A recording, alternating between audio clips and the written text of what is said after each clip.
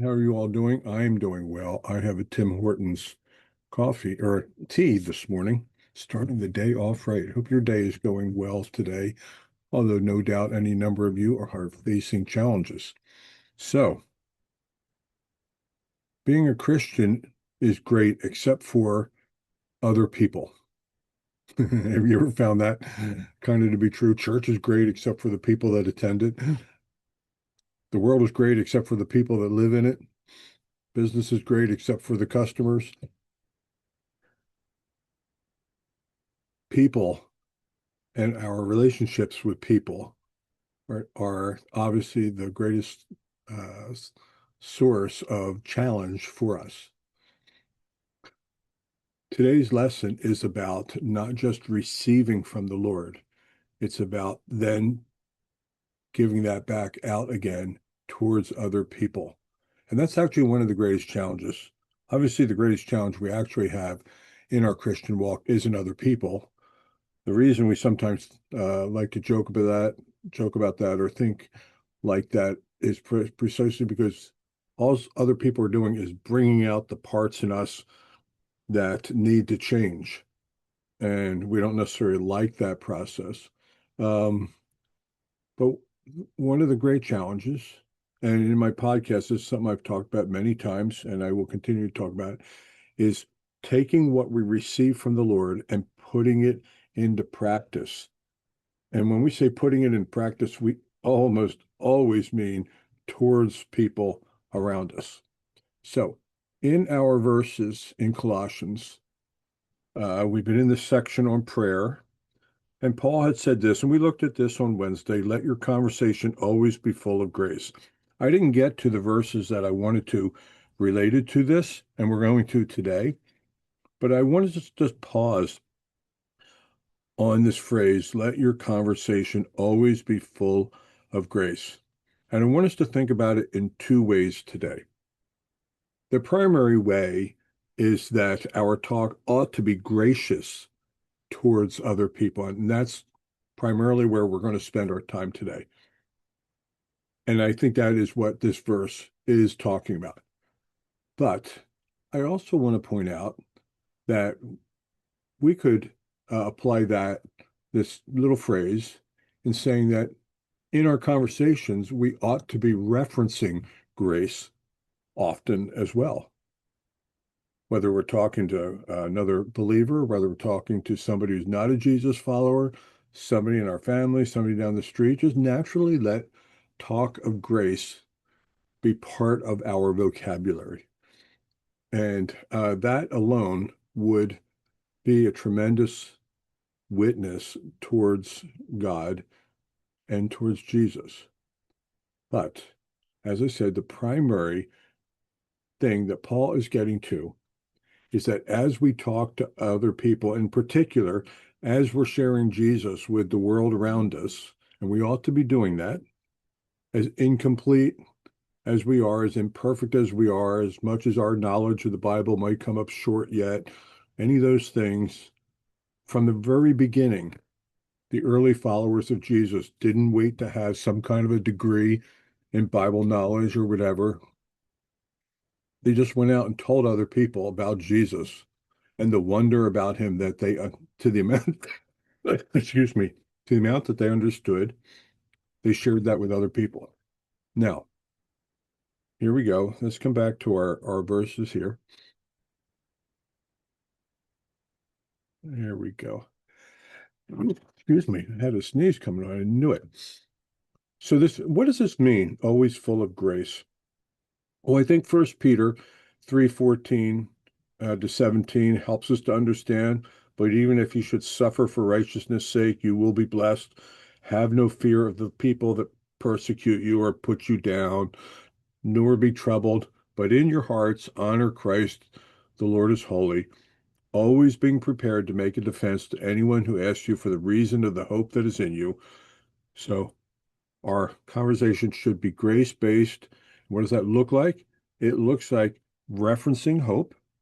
We ought to be hopeful people, and we ought to be pointing other people around us, including people that aren't Jesus followers, to the greatest source of hope that there is. and the only source of true eternal hope, and that's in God's Son, Jesus. For that reason, for the hope that is in you, and yet, here we go. This is what grace looks like in action. Do it with gentleness and respect. Do it with gentleness and respect. I was thinking, most of you see this podcast on Facebook, but I also put it up on YouTube, and I've been encouraging you of late, and I still will. Down below, if you're watching this on Facebook, is a link to the YouTube channel. I'd really appreciate if you'd go over and just watch it there, or at least go and have a gander at it. It helps to make this podcast more visible to other people, because we hope to bless as many as possible. But if you're a regular follower, you know we just came out of a section on slavery. Um, More than anything else that I've ever talked about on here, that has solicited responses from people, and not a single one of them was positive. Now, some of them, they were truly interacting with what I'm saying. I appreciate that.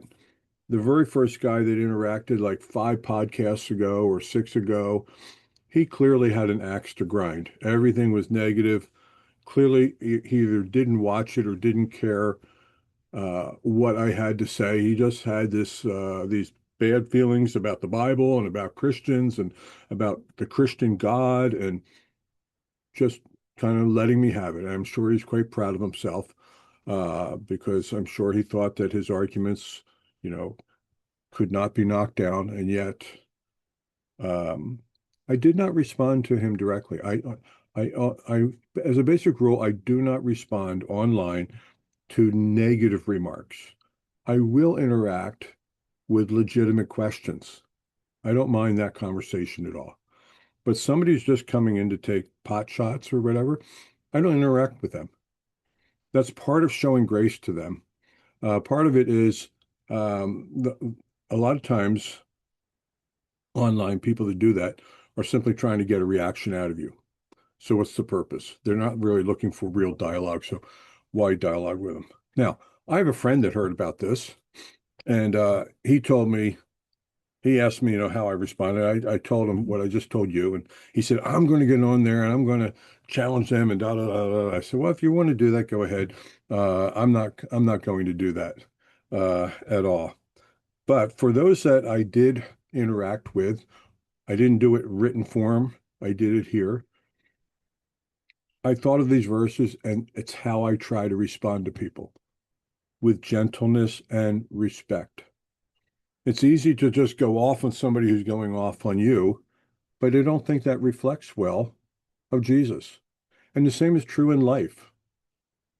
People that aren't Jesus followers, in particular, we're living in an age where more and more they have this growing disdain of all things Christian and feel like they need to respond negatively. But it's sort of the way it's always been.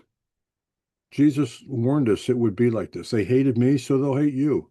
Don't take it personally. It's actually a response to Jesus himself. It's not a response to us. In life, you're going to have that. And how are you going to respond in those moments? Well, Paul says in Colossians and in Ephesians, do it with grace. Peter explains it by saying, do it with gentleness and respect. And instead of responding negative for negative, why not speak a hopeful word to that person? I like that. I find that very challenging. In 2 Timothy chapter 2, Paul is talking uh, to Timothy about how ministers ought to be interacting. Pastors and preachers should be interacting with people. The Lord's servant must not be quarrelsome. That's part of being grace-based speech. Do not be quarrelsome, but be kind to everyone, able to teach, patiently enduring evil. That's part of grace. And correcting his opponents with gentleness. Now, where does all this grace talk come from? Well, it's all about taking what we have received from the Lord and passing it on by our behavior towards other people. So in Ephesians 2:8 and 9 says, for by grace you have been saved through faith, and it's not of your doing. It is solely a gift of God. It's not a result of our works so that no one can boast. We've received this grace from God and we're grateful for that. We now need to turn around and show that to other people. The people that you will show graceful talk to do not deserve graceful talk towards them. We don't do it because they deserve it. We do it because we have been recipients of God's grace, and we have to translate that and put that into work in our lives in all areas, including how we verbally interact and how we verbally respond to people, particularly in negative situations. Taking what we receive and then giving it out in a good way to other people.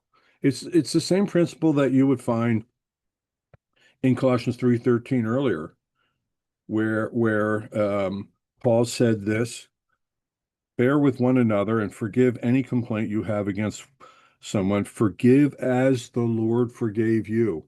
You find that in Ephesians 4:32. You find it in the Lord's Prayer. And forgive our sins as we forgive those around us. There's this intimate connection between what we have received and what we pass on towards other people. And in the same way that we don't deserve what we receive from the Lord, they don't deserve what you're expected to show towards them. So grace-based speech is important, not just in our witness for the Lord, but in basically every arena of life. Grace-based speech has to reign supremely. That's a challenge. I recognize that. And I hope the Lord blesses you as you go out to do that today. And Lord willing, I hope you have a good weekend, and I look forward to seeing you all again on Monday.